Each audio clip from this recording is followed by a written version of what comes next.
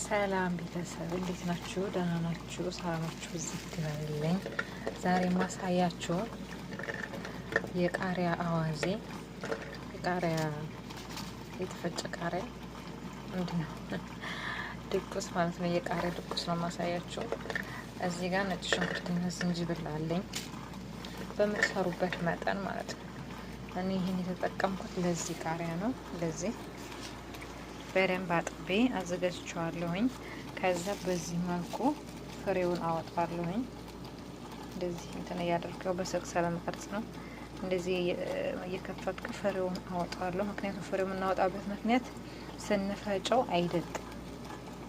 ፍሬው ይሄ ስለማይደቅ ግዴታ ማውጣት አለብን ፍሬውን። ምክንያቱም ስንፈጨው ድቅቅ ብሎ ስንበላው ጥርስ ላይ የሚሰካ ወይም ደግሞ እንትን የሚልብን ነገር አይኖርም ማለት ነው። ከዛ እንደዚህ ፍሬውን እያወጣሁኝ ሁሉንም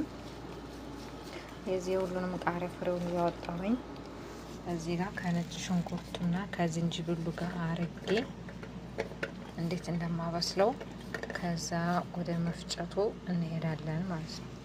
አሁን ነጭ ሽንኩርቱና ዝንጅብል ልጬ አጥቤ አዘጋጅቼዋለሁ። አሁን ቃሪያን አጥቤያለሁ። አሁን ወደ ፍሬ ማውጣቱ ቀጥላለሁ ማለት ነው።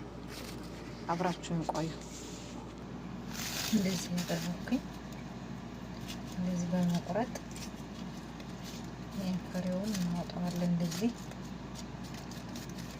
ያው በስልክ ስለምቀርጽ ጥራት ላይ ኖር ይችላል። በዚህ አጋጣሚ እንደዚህ ማለት እዚህ ፍሬዎቹ እንዳለ አውጣቸዋለሁ። በዚህ አጋጣሚ ላይክ ምንድነው በመጀመሪያ ደረጃ ሰብስክራይብ ብታደርጉ በጣም ደስ ይለኛል። እንድታበረታቱ ይፈልጋለሁ። ወይኔ ሰብስክራይብ እንዲጨምር ይፈልጋለሁ። ከዛ እንደዚህ መፍጫ አድርጌ ፈጫዋለሁ በደንብ ድቅቅ እስከሚል ድረስ የፍጮት ነው ያለሁት። አሁን ደቅብኝ እንደዚህ አድርጌ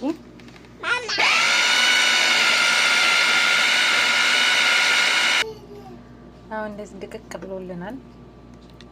በጣም ቆንጆ ነው።